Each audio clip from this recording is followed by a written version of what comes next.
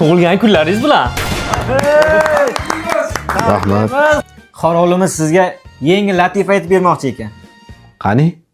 Bir kuni o'rmonlarni shohsher hamma erkak hayvonlarni o'rmonning o'rtasiga yig'ib, uylanganlar o'ng tomonga, uylanmaganlar chap tomonga o'tinglar debdi.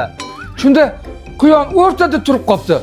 O'rmonlarning shohsher, "Ey quyon, yo o'ngga, yo chapga o'tmaysanmi?"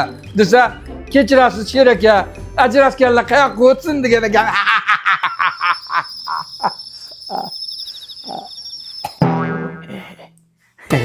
Xo'jayin, o'zingizdan ham bitta yangisini eshitaylik. Mayli. Bir kuni o'rmonda sher hamma hayvonlarni yig'ib, Mana talab. uylanganlar o'ng tomonga, uylanmaganlar chap tomonga bo'linsin deb aytibdi. Mana haqiqiy ijro. Shu payt quyon o'rtada turganmish. Xo'jayin o'zi qiziqchi bo'lishlari kerak edi-da.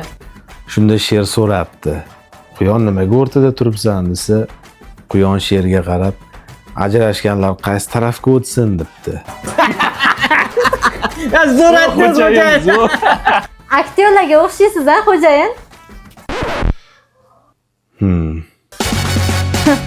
Men ishimga bora qolay.